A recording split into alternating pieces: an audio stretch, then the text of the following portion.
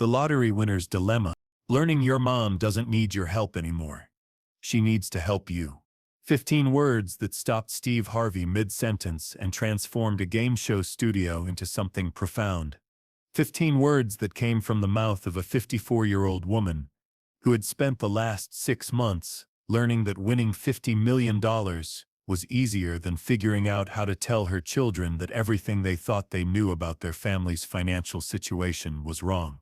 15 words that would remind millions of viewers that sometimes the most life-changing moments come not from what we gain, but from what we choose to give.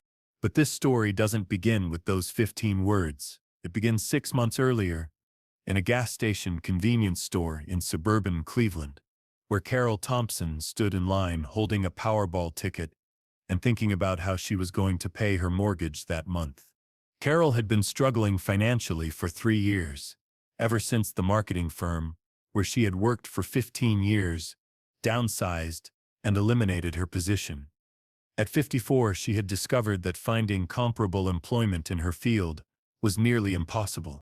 Younger candidates with similar qualifications were consistently chosen over her, and the jobs available to someone her age paid significantly less than what she needed to maintain the middle-class lifestyle she had worked decades to build. Her unemployment benefits had run out after 18 months. She had burned through most of her modest savings trying to keep up with the mortgage payments on the 4-bedroom colonial house where she had raised her 4 children. She had secretly taken out a second mortgage, then a third, each time telling herself it was temporary, that she would find another good job soon, that things would turn around. But things hadn't turned around. Carol was 3 months behind on her mortgage payments. Her credit cards were maxed out, and she was facing the very real possibility of foreclosure. At 54 years old, she was on the verge of losing everything she had worked for her entire adult life. Her 4 adult children had no idea how dire the situation had become. Michael, 28, was a teacher in Chicago, struggling to pay off his student loans. Jennifer, 26, was a nurse in Columbus with 2 young children and her own financial pressures. Sarah, 24, was a social worker in Cincinnati whose salary barely covered her basic expenses.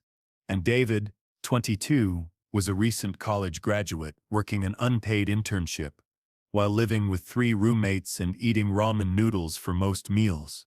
Carol had been careful not to burden her children with her financial crisis. When they called, she talked about job interviews that didn't exist, opportunities that weren't materializing, possibilities that were pure fiction. She had become expert at deflecting their offers of financial help, knowing that any money they gave her would create hardship for them and wouldn't come close to solving her problems anyway. The Powerball ticket had been an impulse purchase, paid for with the $5 in change from buying a gallon of milk with food stamps. Carol rarely played the lottery. She understood the math too well to believe it was anything but a waste of money. She couldn't afford to waste, but standing in that convenience store, facing another night of lying awake worrying about foreclosure notices and utility shutoffs, she had decided that $5 for hope was a worthwhile investment. She had chosen the numbers herself rather than using the quick pick option. 7, 14, 23. The numbers represented birthdays and anniversaries that mattered to her. Michael's birthday, Jennifer's wedding anniversary, Sarah's graduation date, David's acceptance to college, her own wedding day, and the day she had bought her house. If she was going to throw away $5, she reasoned, at least the numbers would mean something. Carol had forgotten about the ticket entirely until she found it in her purse 3 days later while looking for her insurance card. The drawing had been the night before. She almost threw the ticket away without checking it, but something made her pull out her phone and look up the winning numbers. 7, 14, 23, 35. Carol had stared at her phone screen for a full 5 minutes before she accepted that she was looking at the winning numbers. Then she had stared at her ticket for another 5 minutes, checking and rechecking each number, convinced she was making a mistake. She wasn't making a mistake. She had won the Powerball jackpot, $52 million after taxes.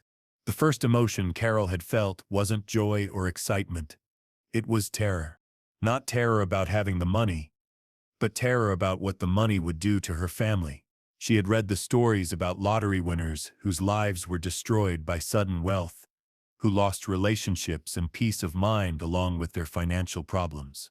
She had heard about families torn apart by greed and resentment, about people who became targets for every friend, relative, and stranger with a sob story and an outstretched hand.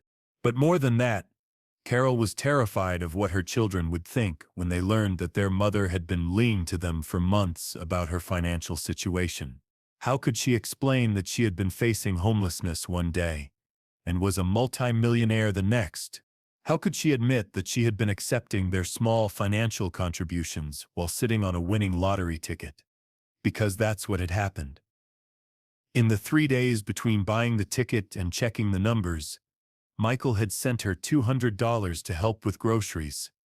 Jennifer had insisted on paying for Carol's car insurance. Sarah had given her $100 in cash during a visit. Money Carol knew Sarah couldn't afford to spare.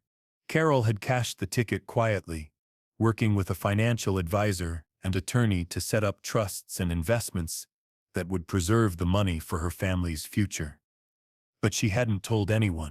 For 6 months she had continued to live as if she were still financially desperate, still struggling, still on the verge of losing her house.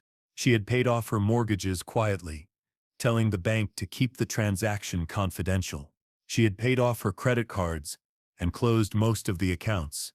She had created a modest budget that matched her previous lifestyle and put the rest of the money into investments and savings that her children knew nothing about. The hardest part had been continuing to accept help from her children while sitting on millions of dollars. Every time one of them sent money or insisted on paying for something, Carol felt like a fraud, but she had convinced herself that she was protecting them, giving herself time to figure out the right way to handle this life-changing windfall. The Family Feud application had come from Jennifer, who had submitted it as a surprise Christmas gift. "Mom, you love that show, and you need something fun in your life," Jennifer had written in the application. "Our family is funny and loving, and we work well together. We want to show the world what the Thompson family is like when we're all together." Carol had been reluctant to appear on national television while carrying such a significant secret, but her children had been so excited about the opportunity that she couldn't bring herself to disappoint them. She told herself that maybe this would be the perfect opportunity to tell them the truth, that somehow the right moment would present itself during their Family Feud experience. The Thompson family had gathered in Los Angeles the day before their taping, and Carol had spent the evening watching her children interact and feeling increasingly guilty about the secret she was carrying. They had spent dinner talking about their financial struggles and future plans with the casual honesty of a family that didn't keep secrets from each other. Michael had talked about his hopes of buying a house someday, but acknowledged that his teacher's salary and student loan payments made homeownership feel impossible.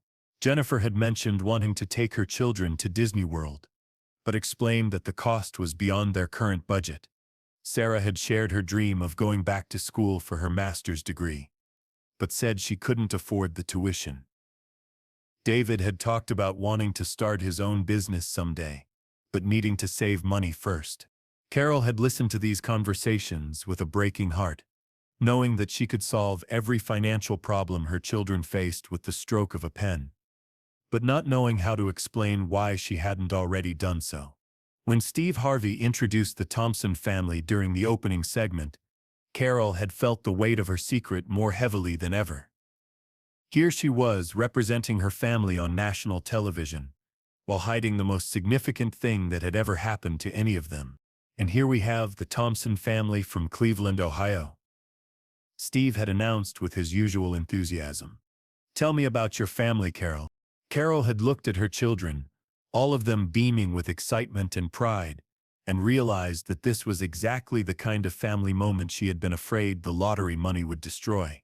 They were here together, supporting each other, working as a team, completely unaware that their mother was carrying a secret that would change all of their lives forever. "We're here because my children wanted to do something special for me during a difficult time," Carol had said. "I lost my job a few years ago, and they've been incredibly supportive, They thought this would be fun for all of us to do together. Steve had nodded sympathetically. Family support is everything, especially during tough times. How are things going for you now job-wise? Carol had hesitated, aware that millions of people were watching and that her answer would be preserved forever. Things are complicated.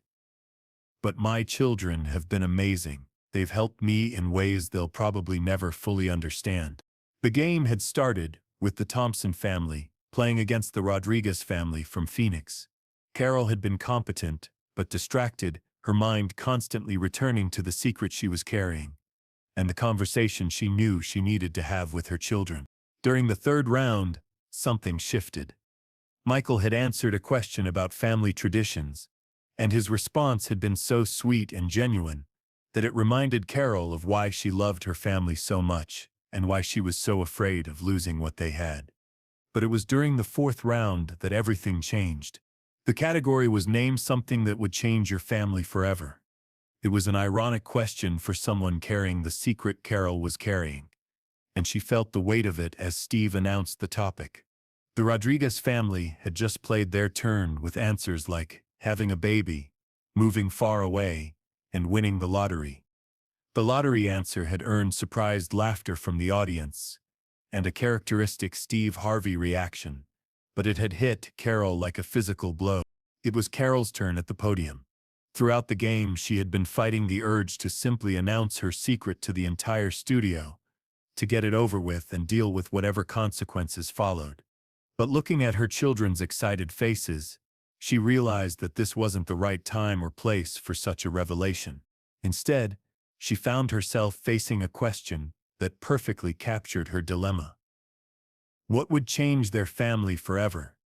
She knew the answer, the money she had already won, but hadn't revealed. But there was a deeper truth underneath that answer. Something she had learned about family dynamics and relationships and what really mattered in the months since she had become wealthy. Carol, Steve said, for the points your family needs, name something that would change your family forever. Carol gripped the edges of the podium and looked directly at Steve, then at her children, then back at the camera. When she spoke, her voice was clear and strong, carrying the weight of 6 months of careful thought about family, money, and what really mattered in life. Learning your mom doesn't need your help anymore. She needs to help you. The words hung in the air like a confession. Steve's expression changed immediately. He had been hosting Family Feud long enough to recognize when contestants' answers came from personal experience, rather than general knowledge, and something about Carol's tone and word choice suggested this wasn't a hypothetical response. Carol, Steve said gently, setting down his cards and taking a step closer to her podium. That's a very specific answer. That sounds like something you've been thinking about. The studio had gone quiet. Carol's children were looking at her with confusion and growing concern. The audience seemed to sense that something significant was happening, even if they didn't understand what it was. Carol took a deep breath. She hadn't planned to reveal her secret on national television, but standing there at that podium, facing a question that perfectly captured her situation, she realized that maybe this was exactly where this conversation was supposed to happen. Steve, Carol said, her voice beginning to shake with emotion. 6 months ago, I was 3 months behind on my mortgage and facing foreclosure. My children didn't know how bad things had gotten because I didn't want to burden them, but they were helping me anyway. Sending me money they couldn't afford, paying for my bills, supporting me however they could. Michael, Jennifer, Sarah, and David were staring at their mother with growing alarm. They had thought she was struggling, but they hadn't realized how dire her situation had been. And then something happened. Carol continued, now speaking directly to her children rather than to Steve or the audience. Something that changed everything, and I've been trying to figure out how to tell you for 6 months. Steve had abandoned his host role entirely and was now simply a man helping a family navigate a difficult conversation. What happened, Carol? Carol reached into her purse and pulled out a piece of paper. It was a cashier's check from the Ohio Lottery Commission, made out to Carol Thompson, in the amount of $52 million. The studio fell completely silent.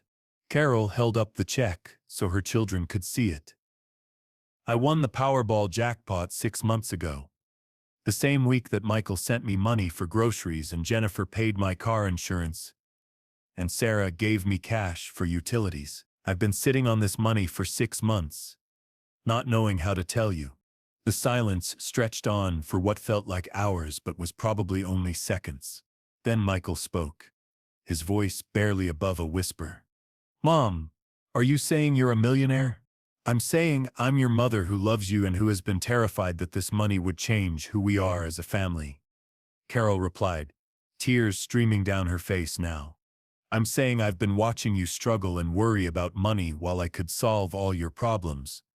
But I didn't know how to do it without ruining what we have. Jennifer was the first to move. She left the family podium and walked to her mother, wrapping her in a hug that nearly knocked Carol over. Mom, Jennifer said, we love you because you're our mom, not because of what you can or can't do for us financially. This doesn't change anything about who you are. Sarah and David quickly joined the hug, and then Michael, until Carol was surrounded by her children in the middle of the Family Feud stage. But Steve Harvey wasn't finished. He addressed the studio and the cameras directly. Ladies and gentlemen, I need everyone in this studio to understand what just happened here. This woman won $50 million, and her first thought wasn't about what she could buy or how her life would change. Her first thought was about protecting her family and making sure that money didn't destroy the relationships that mattered most to her. Steve turned to the Rodriguez family. Rodriguez family, I hope you understand that we're witnessing something more important than any game show here. The Rodriguez family patriarch, a man named Carlos, spoke for his team. Steve, this is the most beautiful thing we've ever seen. This is what family looks like. Steve walked back to center stage and addressed Carol and her children directly. Carol, I've been doing television for a long time, and I've met a lot of people who came into sudden wealth. Most of them lost themselves and their families in the process. But you spent 6 months thinking about how to protect your family first. That tells me everything I need to know about who you are. Steve looked at Michael, Jennifer, Sarah, and David. And kids, your mother just showed you that real wealth isn't money. Real wealth is having people who love you enough to worry about how success might change your relationship with them. But the most profound moment came when David, the youngest, spoke up. Mom, can I ask you something? In the 6 months since you won this money, what's the happiest you've been? Carol didn't hesitate. Tonight, right here, with all of you, being together, working as a team, remembering why I love you so much. Steve nodded. And that, ladies and gentlemen, is why this family is going to be just fine. Because they understand that the most valuable things can't be bought.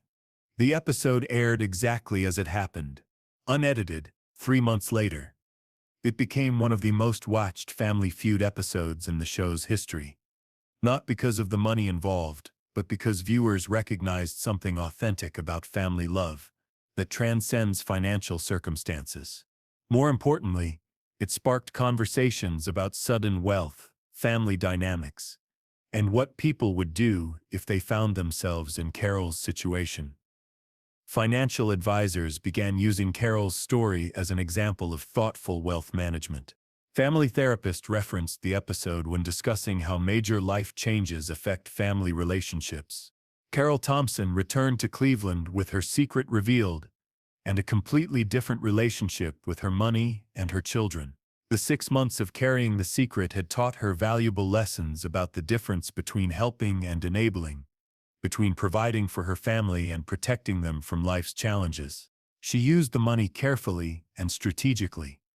She paid off her children's debts, student loans, medical bills, credit cards, but she didn't simply hand them cash.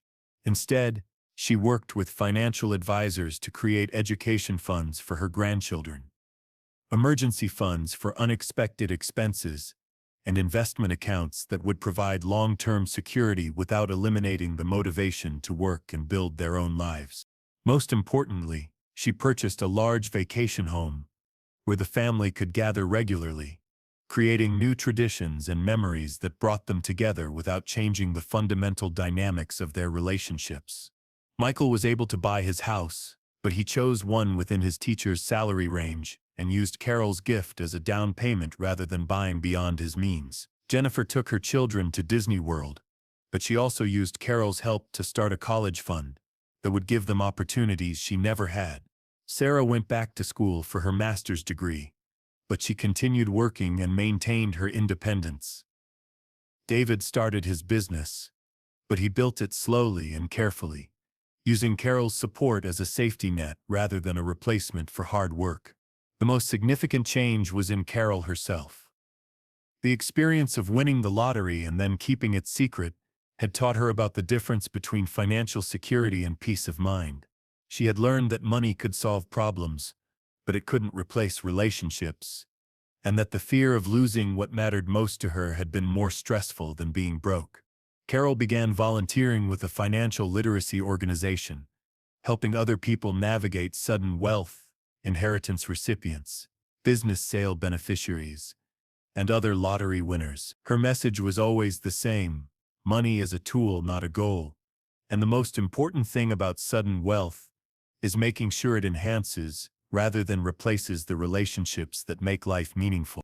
The Thompson family's story continued to resonate with viewers long after the episode aired. Social media posts about Carol's approach to sudden wealth went viral periodically, usually accompanied by discussions about what people would do in similar circumstances. The consensus was always that Carol had handled an impossible situation with wisdom, grace, and love.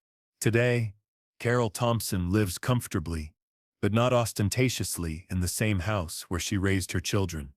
She drives a reliable car, shops at the same grocery stores, and maintains the same friendships she had before winning the lottery.